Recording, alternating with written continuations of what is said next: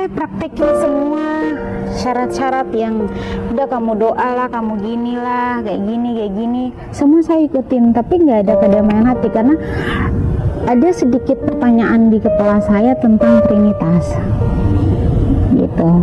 Terus tentang kok Bunda Maria itu katanya ibunya Yesus, tapi kok disembah, didoakan, dan kita disuruh berdoa. Karena saya juga aktif di Legio Maria kalau di Katolik, kita berdoa ke Bunda Maria, terus nanti katanya doa-doa kita disampaikan ke anaknya, Tuhan Yesus gitu. Saya selalu praktekin, bahkan puasa segala macam, semua kegiatan saya ikutin, dan saya berusaha untuk mengimani melakukan semuanya, tapi ya nggak ada kedamaian yang didapat sih, kekosongan yang didapat gitu. Hampa kalau saya bilang, karena pertanyaan-pertanyaan yang ada di kepala saya tuh nggak bisa terjawab. Dan ditambah lagi mungkin karena problem masalah rumah tangga, akhirnya saya pisah sama mantan 2019, semakin menguatkan keinginan saya untuk mengenal agama Islam. Karena sebenarnya sebelumnya saya sudah tertarik, sebenarnya sebelum saya mempelajari Katolik, saya juga ada tertarik dengan agama Islam, karena saya ingat banget anak saya yang pertama saya sempat sekolahin di TK Islam.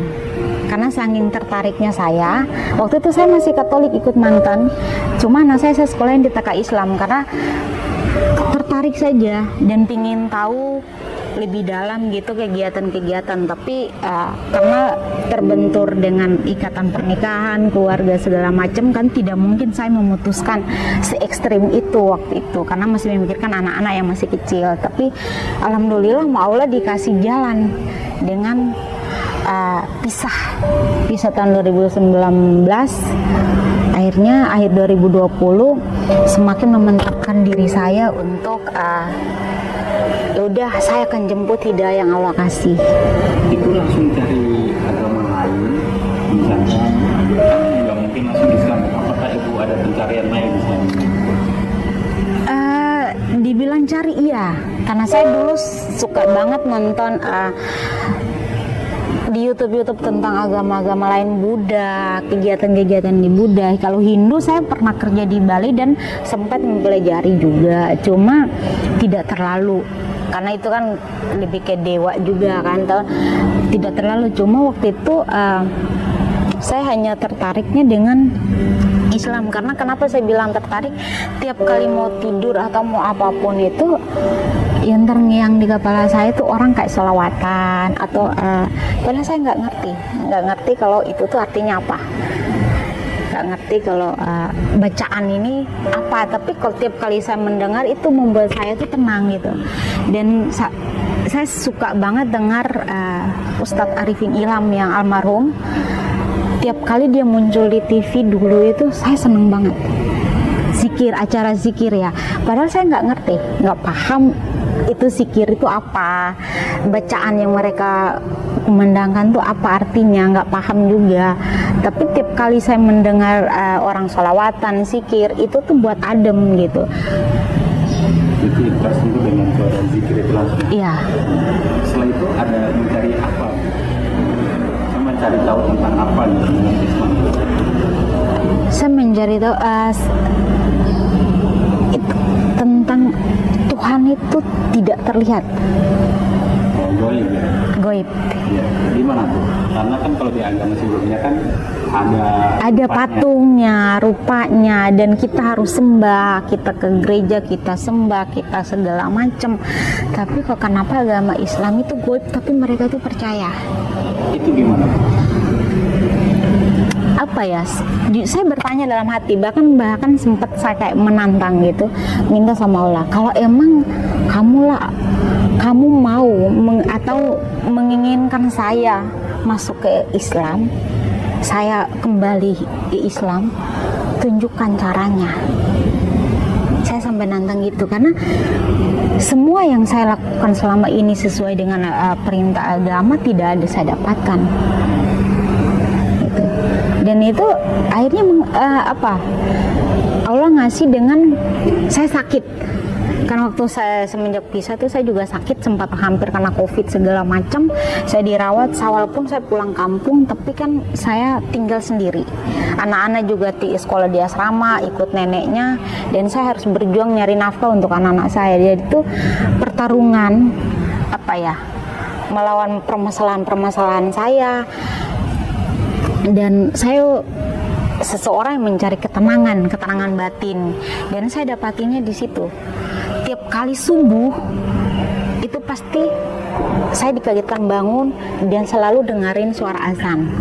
Itu rutin, dan dari situ saya bilang kalau emang ini maunya Allah, kasih saya jalan keluar, tunjukkan jalan saya, kasih saya keberanian untuk bisa memutuskan. Karena semua ini tuh kalau saya udah mikir dari jauh-jauh hari, kalau saya memutuskan pasti ada pro kontra dari keluarga segala macam, tapi saya minta sama Allah kasih saya jalan supaya saya bisa memutuskan ini lebih mudah gitu. Islam adalah agama yang ibu pilih gitu. Itu respon orang sekeliling itu bagaimana? Saya memutuskan itu sebenarnya awalnya di rumah sakit dulu.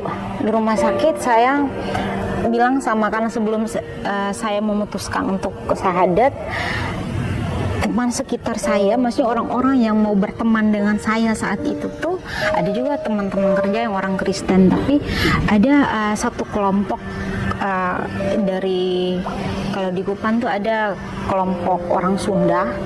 Mereka biasa melakukan pengajian gitu. Itu kan saya kosnya nggak jauh dari mereka, dan di saat saya sakit nggak ada satu orang pun yang jenguk saya kecuali mereka. Rombongan ini, Pak Ustadz sama istrinya sama keluarganya yang lain, orang-orangnya dia yang mengenal saya. Terus mereka mendoakan saya. Terus saya refleks, saya bilang, Pak Ustadz boleh nggak saya kalau keluar syahadatin saya. Terus saya ditanyain, agama tuh bukan main-main. Jadi kalau emang kamu mau lihat, kamu pelajari dulu. Karena mereka mungkin juga takut saya hanya buat mainan kan, karena saya dulu penampilannya tidak seperti ini kan. Saya masih suka pakai pakaian dibilang seksi enggak, kalau baju sih biasa karena saya dulu agak tomboy, hanya celana gitu kan. Jadi kalau emang kamu mau, saya biasa dipanggil Nona kan, Nona kamu mantapin hati kamu. Terus saya bilang ini saya yakin karena saya melalui ini pertarungan batin saya untuk bisa memilih agama ini udah bukan baru sekarang, sekian lama. Dan saat sekarang ini Allah sudah ngasih ini, saya nggak mau buang ini sia-sia. Jadi tiap hari itu saya hanya dikasih sama teman-teman juga, ya udah silakan. Ya udah saya dengerin sholawatan, saya dengerin di YouTube ceramah-ceramah untuk menguatkan hati saya. Tapi saya hanya minta kalau emang beneran ngasih saya kemudahan. Dan akhirnya saya keluar dari rumah sakit beberapa hari kemudian dalam kondisi masih lemas. Saya yang minta untuk disyahadatin. Di rumah sakit? Enggak, syahadatin tuh di rumahnya Pak Ustadz. Di rumahnya Pak Ustadz waktu itu kalau nggak salah di Kupang, di Penfui gitu. Salah satu Pak Ustadz yang anak-anaknya juga waktu itu kalau nggak salah belajar di pesantren Gontor kalau nggak salah. Jadi saya syahadatan di situ, saya syahadat di situ.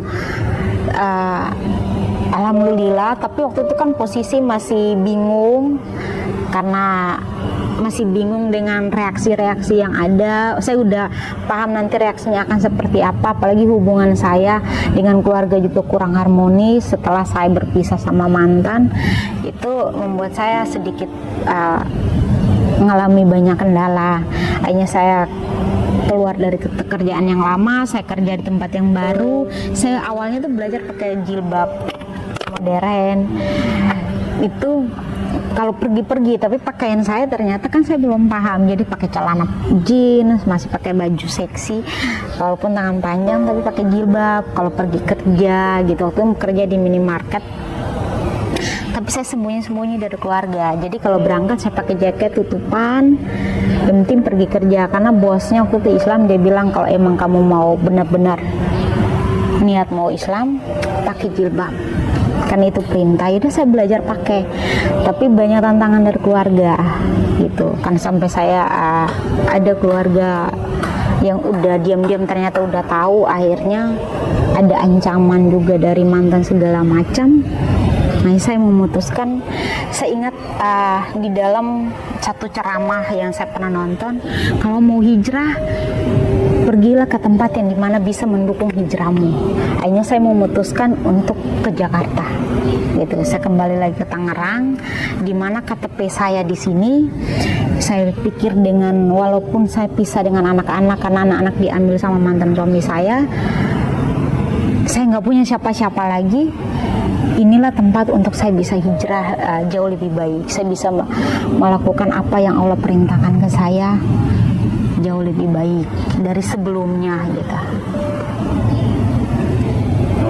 Dari orang tua,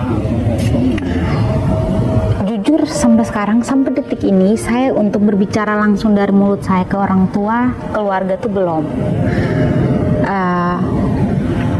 Karena saya waktu itu ingat datang di Jakarta, saya numpang sama sepupu saya yang cewek.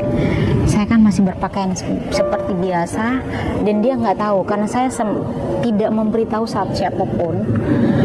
Dan awalnya saya belajar sholat itu tiap kali adik saya pergi, saya menumpang sholat di tetangga, kos tetangga. Tapi lama-lama adik saya curiga. Karena kok cara bicara saya berbeda. Saya ngucap salam, terus lama-lama saya kalau pergi-pergi, saya kadang diam-diam pakai jilbab. Tapi kalau mau dekat kos saya buka. Tapi pakaian saya memang tidak seperti ini dulu gitu kan. Akhirnya lama-lama adik saya tahu, karena dia ngelihat di dalam tas saya ternyata ada sajadah. Karena dia tahu itulah, hanya saya diusir. Bahasanya usir secara halus lah untuk keluar dari kos. Tapi saya ngontrak di sampingnya dia. Saya memilih ngontrak di sampingnya dia, dan di situ di samping kosnya dia waktu itu puasa, saya berani untuk pakai jilbab. Dan pertama kali dia melihat saya pakai jilbab tuh dia masuk kamar saya tanpa sengaja. Masuk kamar saya karena saya tidak kunci, dan dia kaget, marah, nangis. Tapi saya bilang, ya maaf dek, ini kakak sekarang gitu. Ya sampai detik ini dia nggak ada respon marah, jadi dia nggak ada mau berhubungan sama saya sama sekali. Tapi pas saya belajar pakai gamis pas habis lebaran ya, bulan Agustus lah kalau nggak salah, saya belajar pakai gamis. Itu saya sempat samperin langsung ke kantornya, saya samperin, saya peluk, saya nangis, dia nangis. Tapi ya sampai sekarang dia nggak mau berhubungan dengan saya gitu. Karena waktu proses saya masih di samping kosnya dia tuh, pas dia udah tahu saya pakai jilbab, saya udah Islam, saya sempat COVID juga kan, dirawat di rumah sakit di Kedoya waktu itu. Itu dia bisa-bisanya masak bubur, ngasih daging babi, kasih saya. Tapi saya tahu, jadi saya nggak makan. Makanan-makanan yang dia tawarkan ke saya itu masih istilahnya ada berbau daging babinya gitu. Tapi saya tahu itu perintah, saya tidak makan karena saya bisa tahu bedanya baunya gitu kan. Tapi saya anggap itu ujian sejauh mana iman saya, sampai mohon maaf nggak kerja, sakit, habis sakit nggak makan, nggak punya uang karena nggak kerja, saya nggak berani minta sama dia gitu.